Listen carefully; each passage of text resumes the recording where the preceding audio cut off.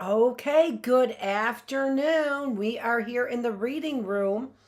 Although I didn't change my sign there. We are on day 84. I'm not going to. Uh, let's go ahead and get started. So, The Wondrous Life of Oscar Wilde, right? By, I think it's Junot, Diaz. Let's get going. There aren't any chapters here, so we are on the part that's entitled Oscar Comes Close. So remember the last one, which I liked a lot, which was, I'm just remembering, Oscar is brave. So Oscar comes close. In October, after, what do you think he comes close to?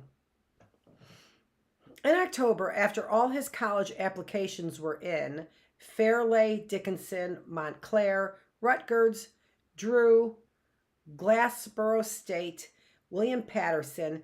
He also sent an app to NYU, a 1 in a million shot, and they rejected him so fast he was amazed the shit hadn't come back, Pony Express, and winter was settling its pale, miserable ass across northern New Jersey. Oscar fell in love with a girl in his SAT prep class. The class was being conducted in one of those learning centers not far from where he lived, less than a mile. So he'd been walking a healthy way to lose weight, he thought. He hadn't been expecting to meet anyone, but then he'd seen the beauty in the back row and felt his senses fly out of him. Her name was Anna Obregon. Anna Obregon, a pretty loudmouth gordita who read Henry Miller while she should have been learning to wrestle logic problems. On about the 5th class, he noticed her reading Sexus, and she noticed him noticing, and leaning over, she showed him a passage, and he got an erection like a motherfucker. You must think I'm weird, right? She said during the break. You ain't weird, he said. Believe me, I'm the top expert in the state. Anna was taller, had beautiful Caribbean girl eyes, pure anthracite, and was the sort of heavy that almost every island nigger dug. A body that you just knew would look good and out of clothes. Wasn't shy about her weight either. She wore tight black stirrup pants like every other girl in the neighborhood, and the sexiest underwear she could afford, and was a meticulous putter on of makeup, an intricate bit of multitasking for which Oscar never lost his fascination. She was this peculiar combination of bad mash and little girl. Even before he'd visited her house, he knew she'd have a whole collection of stuffed animals avalanched on her bed, and there was something in the seamlessness with which she switched between these aspects that convinced him that both were masks, that there existed a third Anna, a hidden Anna, who determined what mask to throw up for what occasion, but who was otherwise obscure and impossible to know. She'd gotten into Miller because her ex-boyfriend Manny had given her the books before he joined the army. He used to read passages to her all the time. That made me so hot. She'd been 13 when they started dating. He was 24, a recovering coke addict. Anna talking about these things like they weren't nothing at all. You were 13 and your mother allowed you to date a septuagenarian? Septuagenarian? My parents loved Manny, she said. My mom used to cook dinner for him all the time. He said that seems highly unorthodox, and later at home, he asked his sister back on winter break, for the sake of argument, would you allow your pubescent daughter to have relations with a 24-year-old male? I'd kill him first. He was amazed how relieved he felt to hear that. Let me guess, you know somebody who's doing this. He nodded. She sits next to me in SAT class. I think she's orchidaceous. Lola considered him with her tiger-colored irises. She'd been back a week, and it was clear that college-level track was kicking her ass. The sclera in her normally wide manga eyes were shot through with blood vessels. You know, she said finally, we colored folks talk plenty of shit, loving our children, but we really don't. She exhaled. We don't. We don't. We don't. He tried to put a hand on his sister's shoulder, but she shrugged it off. You better go bust out some crunches, mister. That's what she called him whenever she was feeling tender or wronged. Mister. Later she'd want to put that on his gravestone, but no one would let her, not even me. Stupid. Amor de pendejo. Amor de pendejo. Or next. Whatever. He and Anna in SAT class. He and Anna in the parking lot afterward. He and Anna at the McDonald's. He and Anna become friends. Each day, Oscar expected her to be adios. Each day she was still there. They got into the habit of talking on the phone a couple of times a week about nothing really, spinning words out of there every day. The first time she called him, offering him a ride to SAT class. A week later, he called her just to try it. His heart beating so hard he thought he would die, but all she did when she picked up was say, Oscar, listen to the bullshit my sister pulled, and off they'd gone, building another one of their word scrapers. By the fifth time he'd called, he no longer expected the big blow-off. She was the only girl outside his family who admitted to having a period, who actually said to him, I'm bleeding like a hog, and astounding confidence he turned over and over in his head. Sure, it meant something, and when he thought about the way she laughed, as though she owned the air around her, his heart thudded inside his chest. A lonely Rada.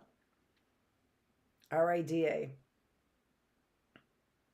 Anna Arbogán. Unlike every other girl in his secret cosmology, he actually fell for as they were getting to know each other. Because her appearance in his life was sudden, because she'd come in under his radar, he didn't have time to raise his usual wall of nonsense or level some wild-ass expectations her way. Maybe he was plain tired after 4 years of not getting asked, or maybe he'd finally found his zone. Incredibly enough, instead of making an idiot out of himself, as one might have expected, given the hard fact that this was the first girl he'd ever had a conversation with, he actually took it a day at a time. He spoke to her plainly and without effort, and discovered that his constant self-deprecation pleased her immensely. It was amazing how it was between them. He would say something obvious and uninspired, and she'd say, Oscar, you're really fucking smart.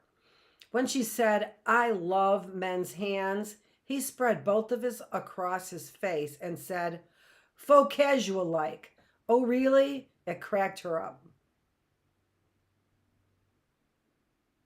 Faux casual like. Oh, really? He did it faux casual like. Oh, really?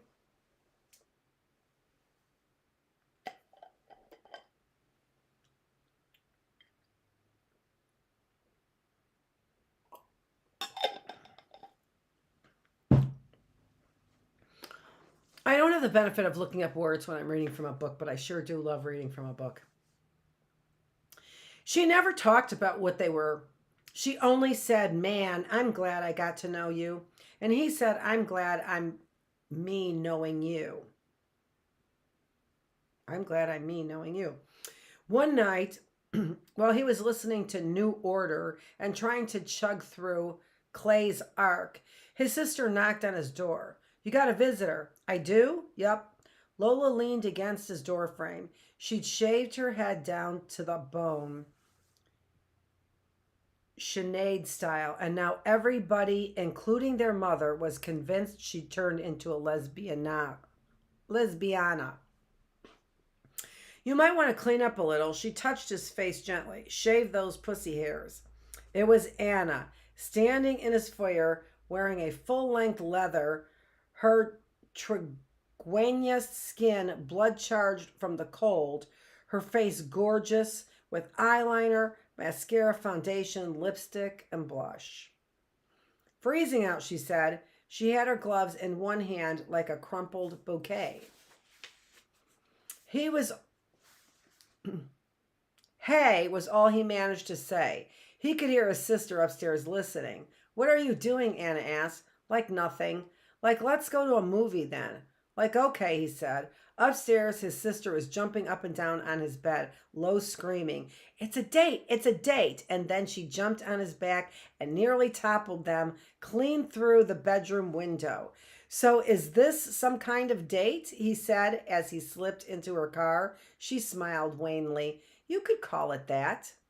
Anna drove a Cressida, and instead of taking them to the local theater, she headed down to Amboy Multiplex. I love this place, she said as she was wrangling for a parking space. My father used to take us here when it was still a drive-in. Did you ever come here back then? He shook his head, though I heard they steal plenty of cars here now. Nobody's stealing this baby. It was so hard to believe what was happening that Oscar really couldn't take it seriously.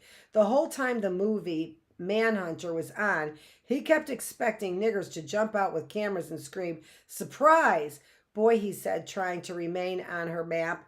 This is some movie. Anna nodded. She smelled of some perfume he could not name, and when she pressed close, the heat off of her body was vertiginous. Imagine it's got something to do with being visceral, but they're not the same word, so I'm not sure. On the ride home, but it is in italics, so it was one of his big words, right? That he liked to use. On the ride home, Anna complained about having a headache, and they didn't speak for a long time. He tried to turn on the radio, but she said, No, my head's really killing me. He joked, Would you like some crack? No, Oscar. So he sat back and watched the Hess building and the rest of Woodbridge slide past through a snarl of overpasses. He was suddenly aware of how tired he was. The nervousness that had raged through him the entire night had exhausted his ass. The longer they went without speaking, the more morose he became. It's just a movie, he told himself. It's not like it's a date. Anna seemed unaccountably sad, and she chewed her bottom lip, a real bema, until most of her lipstick was on her teeth. He was going to make a comment about it, but decided not to. You reading anything good? Nope, she said. You? I'm reading Dune. She nodded. I hate that book. They reach the Elizabeth exit, which is what New Jersey is really known for, industrial waste on both sides of the turnpike.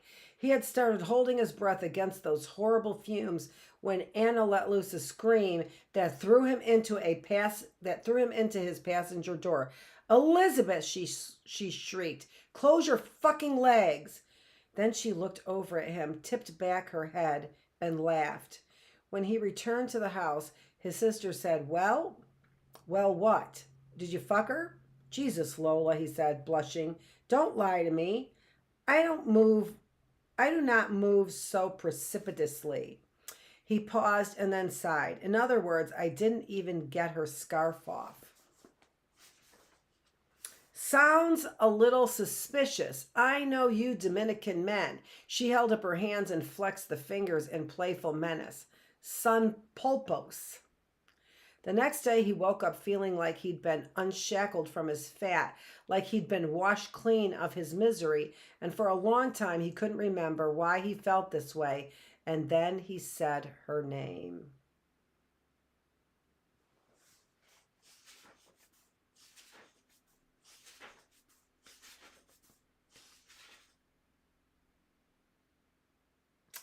Oh my gosh, all of this is part of chapter 1. I said there weren't any chapters, but there are. These are breaks in chapter 1. Let me see how long we've been online here. Oscar in Love. I think I'm going to go ahead. We've been usually reading for about an hour, so I'm going to read a little bit longer. Oscar in Love, it's the last part of chapter 1. And so now every week they headed out to either a movie or the mall. They talked. He learned that her ex-boyfriend Manny used to smack the shit out of her, which was a problem, she confessed, because she liked it when guys were a little rough with her in bed. He learned that her father had died in a car accident when she was a young girl, and Macoris, and that her new stepfather didn't care two shits about her, but that it didn't matter because once she got into Penn State, she didn't ever intend to come back home.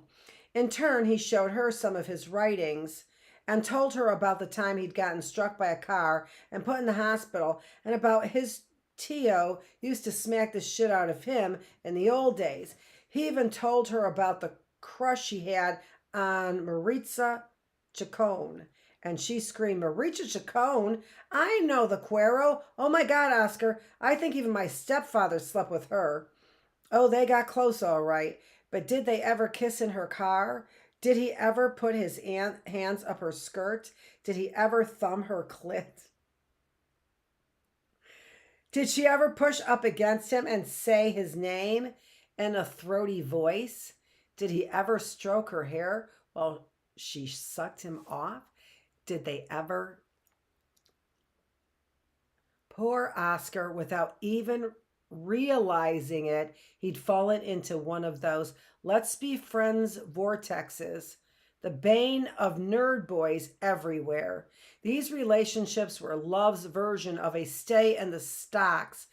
In you go, plenty of misery guaranteed, and what you got out of it besides bitterness and heartbreak, nobody knows. Perhaps some knowledge of self and of women, perhaps. In April, he got his second set of SAT scores back, 1020, under the old system, and a week later, he learned he was heading to Rutgers, New Brunswick. Well, you did it, Eho, his mother said, looking more relieved than was polite. No more selling pencils for me, he agreed. You'll love it, his sister promised him. I know I will. I was meant for college. As for Anna, she was on her way to Penn State, honors program, full ride. And now my stepfather can kiss my ass. It was also in April that her ex-boyfriend Manny returned from the army. Anna told him during one of their trips to the Yeohan Mall. His sudden appearance and Anna's joy over it shattered the hopes Oscar had cultivated. He's back, Oscar asked, like forever? Anna nodded. Apparently, Manna had gotten into trouble again, drugs, but this time, Anna insisted, he'd been set up by these three cocolos, a word he'd never heard her use before, so he figured she'd gotten it from Manny. Poor Manny, she said. I don't know the cocolos.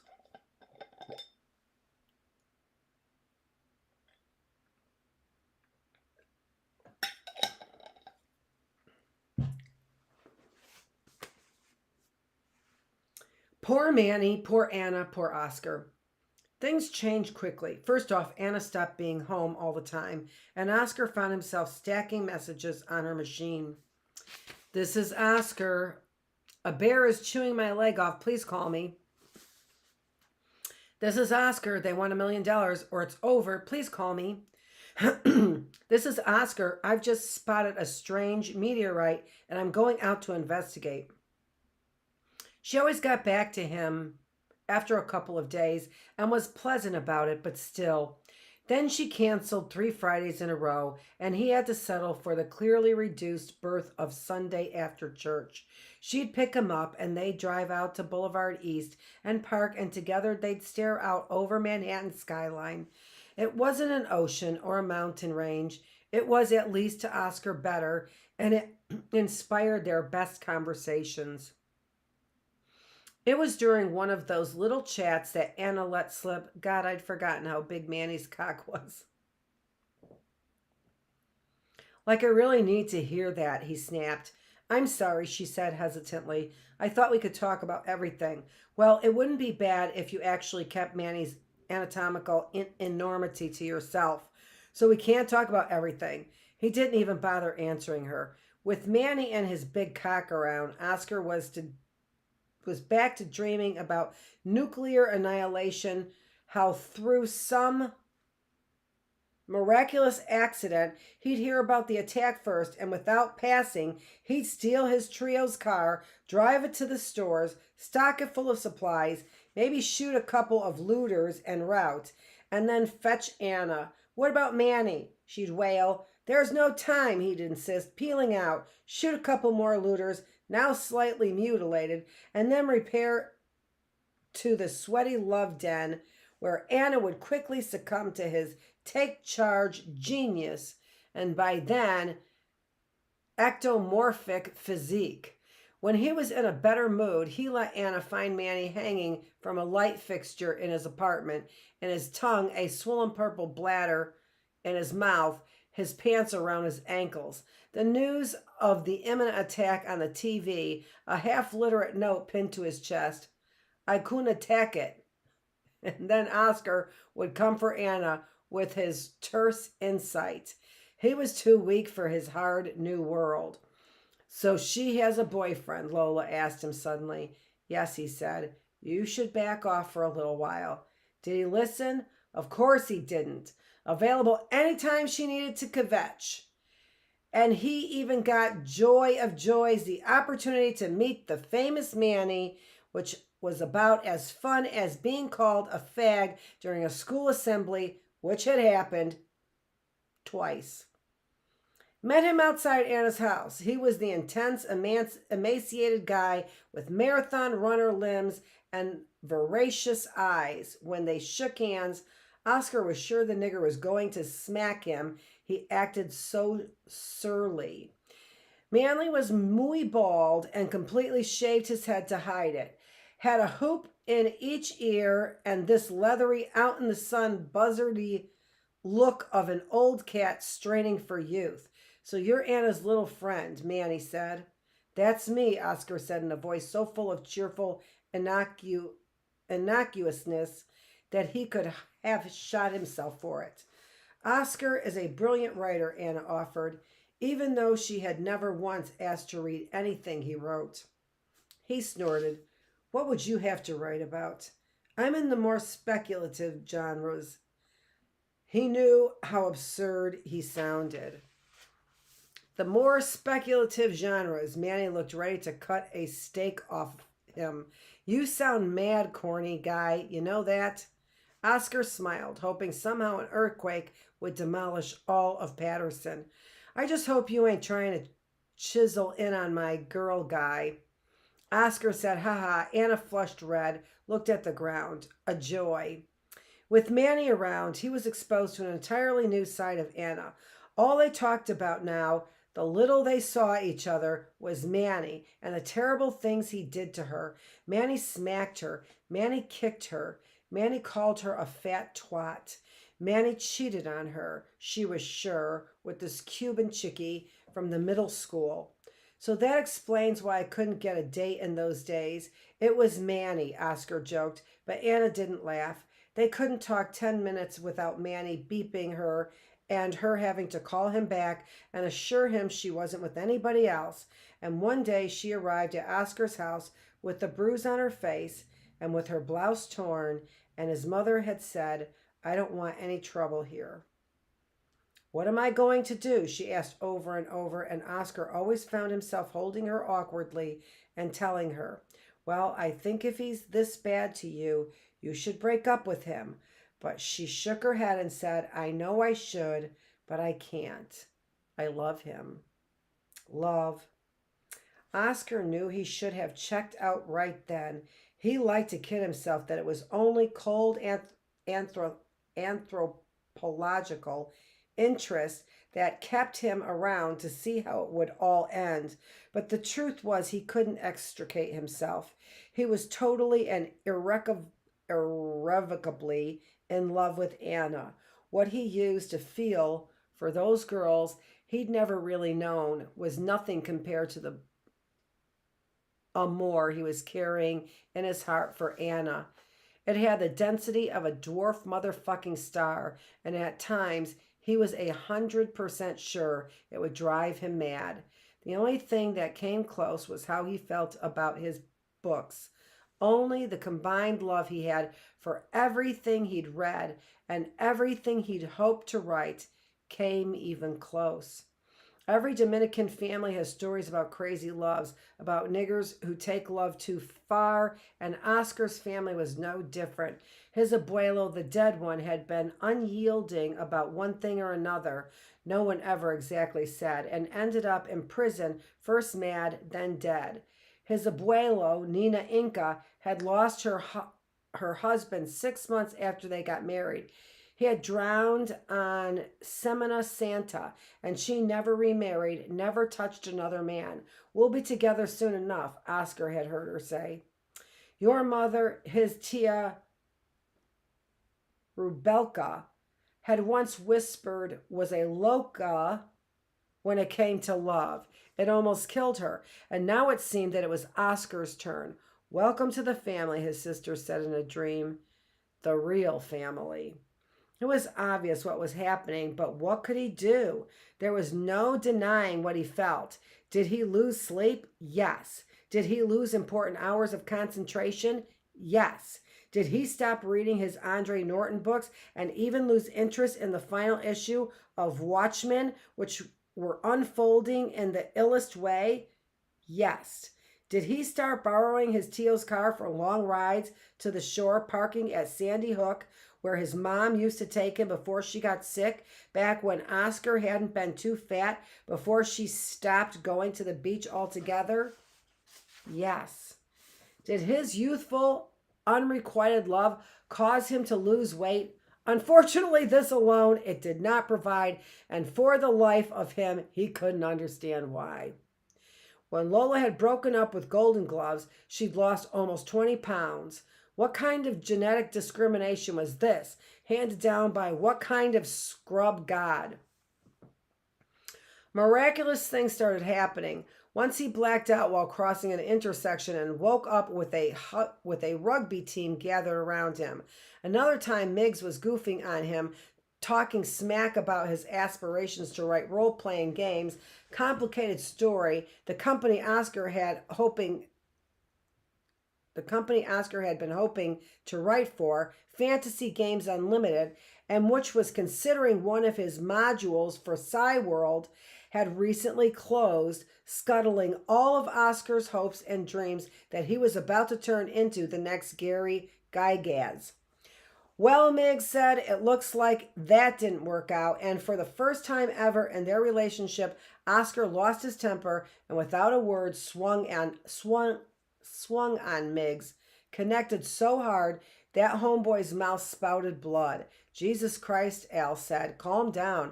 I didn't mean to do it, he said unconvincingly. It was an accident.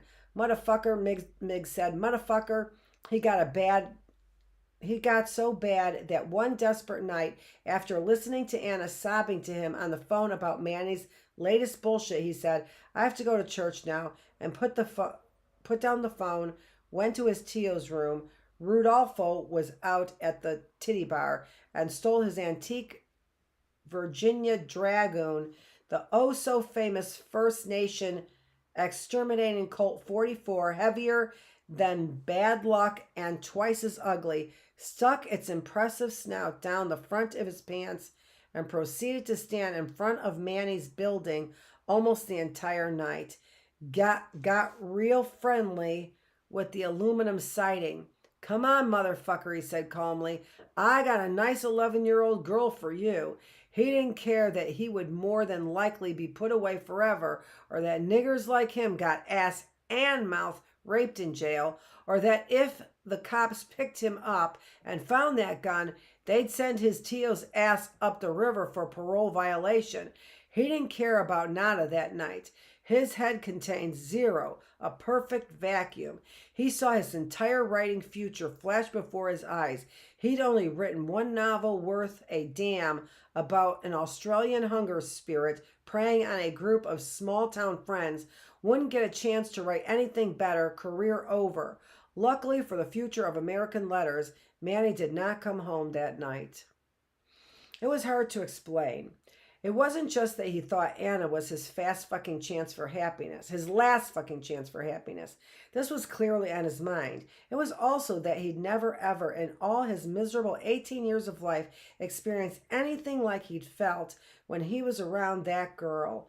I've waited forever to be in love, he wrote his sister. How many times I thought this is never going to happen to me, when in his second favorite anime of all time, Robotech Macross, Rich Hunter finally hooked up with Lisa. He broke down in front of the TV and cried. Don't tell me they shot the president, his trio called from the back room, where he was quietly snorting, you know what? It's like I swallowed a piece of heaven, he wrote to his sister in a letter. You can't imagine how it feels. 2 days later, he broke down and confessed to his sister all about the gun stuff, and she, back on a short laundry visit, flipped out. She got them both on their knees in front of the altar she built to their dead abuelo and had him swear on their mother's living soul that he'd never put anything like that again, that he'd never pull anything like that again as long as he lived. She even cried. She was so worried about him. You need to stop this, mister. I know I do, he said, but I don't know if I'm even here, you know? That night, he and his sister both fell asleep on the couch. She first.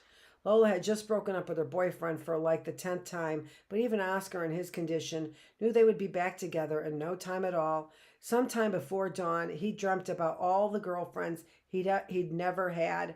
Now upon row upon row upon row upon row, like the extra bodies that the miracle people had in Alan Moore's Miracle Man. You can do it, they said. He awoke cold with a dry throat. They met in the Japanese mall on Edgewater Road.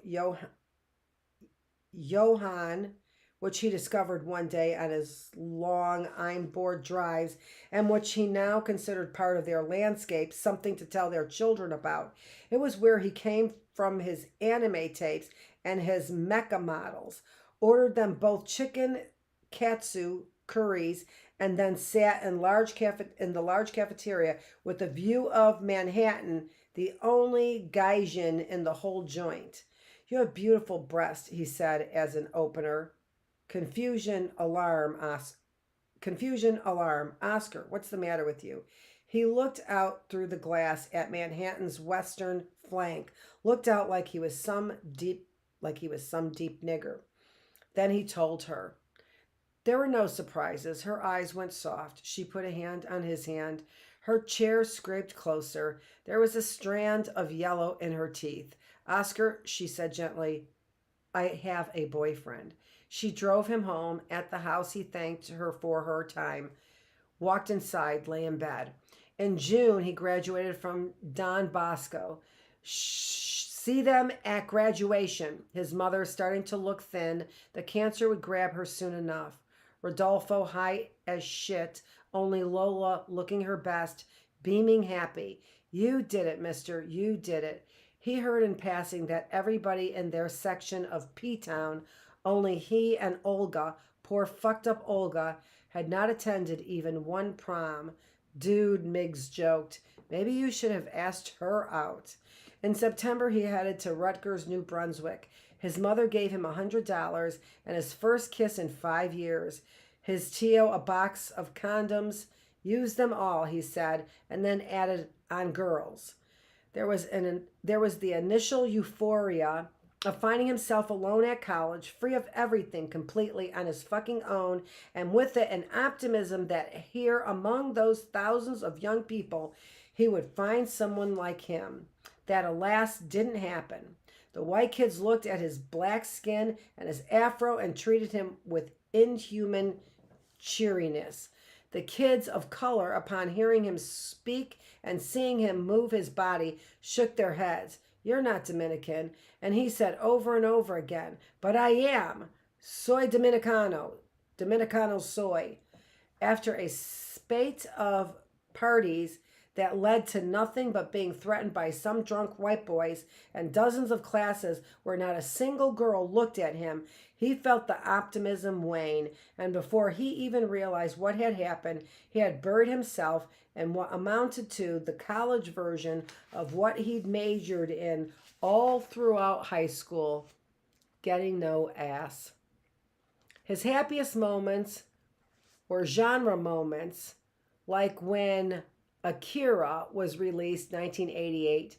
Pretty sad. Twice a week, he said. Twice a week, he and his sister would dine at the Douglas Dining Hall. She was a big woman on campus and knew just about everybody with any pigment. Had her hand on every protest and every march, but that didn't help his situation any.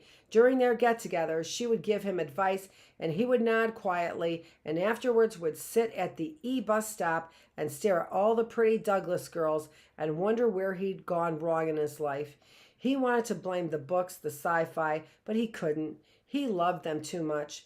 Despite swearing early on to change his nerdy ways, he continued to eat, continued not to exercise, continued to use flash words, and after a couple of semesters without any friends but his sister, he joined the university's resident geek organizations, RU Gamers, which met in the classroom beneath Freiling Heisen and boasted an entirely male membership. He had thought college would be better as far as girls were concerned, but those first years it wasn't. The end of chapter 1. Woo! How about that? Chapter 1.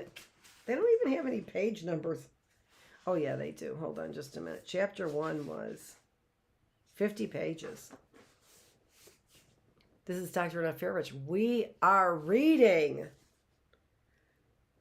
Junot, Diaz, The Wondrous Life of Oscar Wilde. Thanks for joining me here in the reading room. We'll be back here tomorrow. Woo! All of a sudden, my eyes look tired. Keep the glasses on, Dr. Feravich. Dr. Annette Feravich. Dr. Annette Feravich. Here in the reading room. We'll be back here tomorrow in the classroom. Starting at, I don't know, we might start at half an hour later. It is dark when I get up, and I don't like getting up in the dark no matter what. So we might be starting at 8:30, but I'll let you know. It depends on how I feel tomorrow, and I'll let you know tomorrow. Dr. Annette Feravich, thanks for joining me here in the classroom. Yeah, that's it.